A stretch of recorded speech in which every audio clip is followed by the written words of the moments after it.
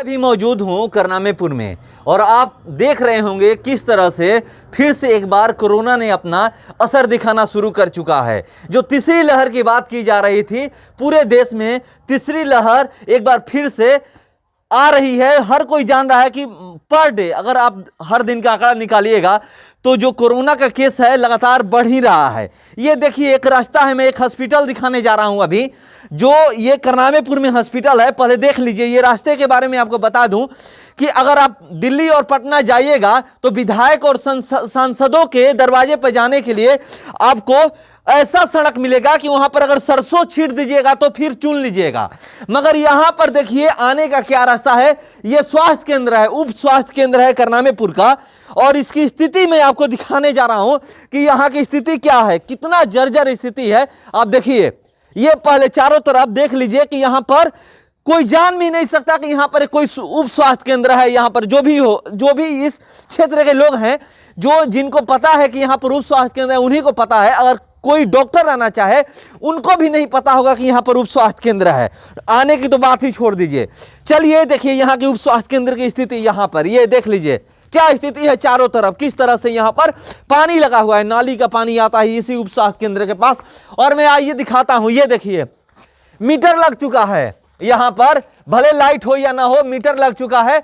Light रहेगा तो यहां पर बिजली बिल उठेगा। इस उप स्वास्थ्य केंद्र से कितना बड़ा खेल हो रहा है। यहां पर कैसा दवा मिलता होगा ये पता आपको चलेगा। देखिए यहां पर बोर्ड भी लगा है, स्वर्गीय नथुनी मिश्र की स्मृति में श्री राम लगन मिश्र एवं श्री सीताराम मिश्र अस्पताल भवन निर्माण हेतु जमीन दी है।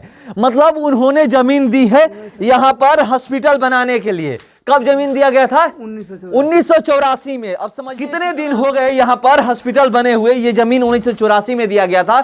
देखिए ये ताले मारे गए हैं। देखिए वहां पर अंदर दिखाई दे रहा है बिहार सरकार स्वास्थ्य उपकेंद्र करनामेपुर शाहपुर भोजपुर। बोर्ड जो बाहर लगना चाहिए वो बोर्ड वहां पर अंदर लगा हुआ है, शायद खुला नहीं है। देखिए मैं दिखाने का प्रयास कर रहा हूं, कैमरे में दिखाइए तो हाँ देखिए, ये देखिए किस तरह से आपको दिखाई दे रहा होगा। ये देखिए, देख सकते हैं कि किस तरह से क्या लिखा हुआ है। ये बोर्ड बाहर होना चाहिए मगर ये बोर्ड अंदर है। आइए मैं इसकी स्थिति दिखाता हूं क्या है। यहां पर अंदर घुसिएगा तो देखिए ये उप स्वास्थ्य लगा करके एक उप स्वास्थ्य केंद्र हो या स्कूल हो बन जाता है। उसके बाद क्या स्थिति हो जाती है आप देख लीजिए। ये देखिए चारों तरफ कोरोना जब से आया है तब से पता चला है कि उप स्वास्थ्य केंद्र हॉस्पिटल का होता क्या है। क्योंकि पिछली लहर में आपने देखा होगा किस तरह से बेड नहीं मिल रहा था। बेड नहीं मिलने की वजह से बहुत सारी जानें गई थी।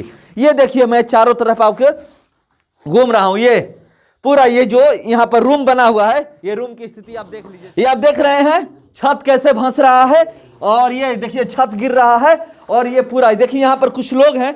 चलिए मैं जानने का कुछ, हाँ क्या नाम होगा आपका? मेरा नाम अमरनाथ मिश्रा है। ये कब उप स्वास्थ्य केंद्र बना था?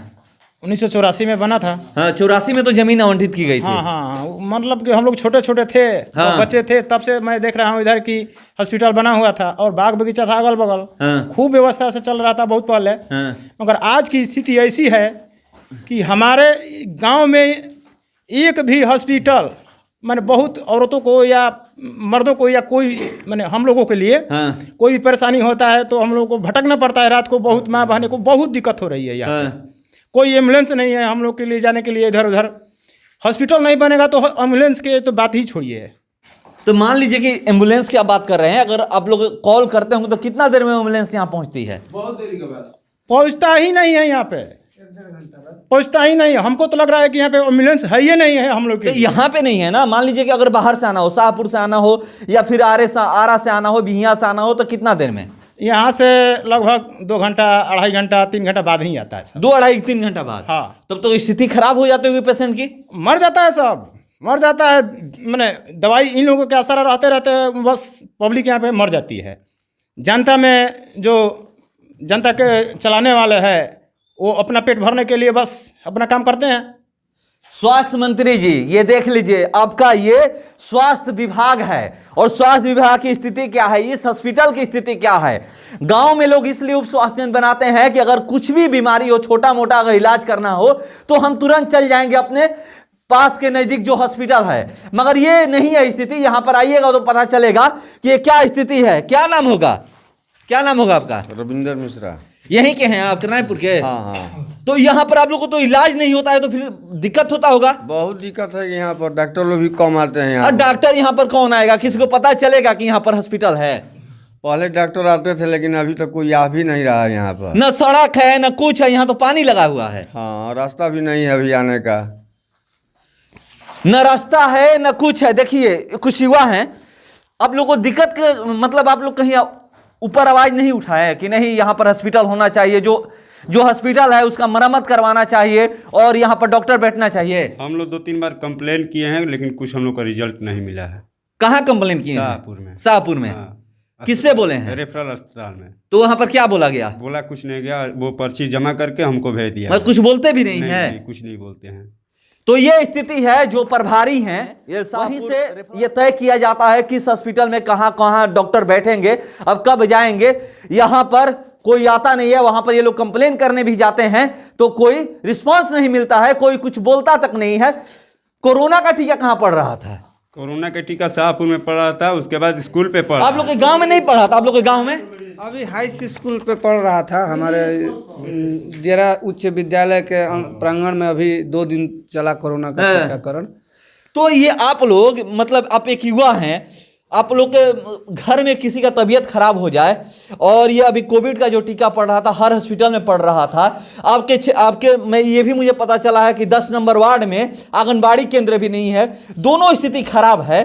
तो इसके लिए आप लोग आवाज़ नहीं उठाए कहीं पे भी? हम लोग चाहते हैं कि हमारा 10 नंबर वार्ड बने, 10 नंबर वार्ड में आंगनबाड़ी केंद्र बने, लेकिन अभी तक नहीं बना है। अरे कुछ भी नहीं है। मान लीजिए आपके 10 नंबर वार्ड में कोई महिला गर्भवती होती है तो उसके लिए टीका पड़ता है आंगनबाड़ी केंद्र से ही, या हॉस्पिटल रहता है तो वहां से पड़ता है, तो दोनों फेल है। सब कुछ यहाँ पर कुछ नहीं है, जाना पड़ेगा शाहपुर, नहीं तो आरा जाना पड़ेगा। 1 घंटा लग जाएगा जाने के लिए हम लोग के लिए।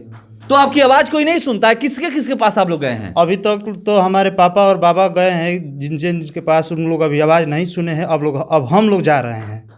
तो देखिए क्या स्थिति है यहाँ पर कि ये लोग जा करके दौड़ करके थक चुके हैं और अब ये स्टार्ट किए हैं। ये बताया कि इनकी कौन सी पीढ़ियां जा करके यहाँ पर हॉस्पिटल हो, आंगनबाड़ी केंद्र हो वार्ड नंबर 10 में, और ये फिर ये जो यहाँ पर देख रहे हैं कि क्या हॉस्पिटल की स्थिति है। अगर यही स्थिति रहेगी तो समझिए कि सिर्फ कागजों पे जो भी हॉस्पिटल है सिर्फ कागजों पे है, और मीटर भी लग चुका है, और कैसा मीटर लगा है आप खुद ही देख चुके हैं। और ये देखिए इसकी स्थिति क्या है, जर्जर स्थिति है।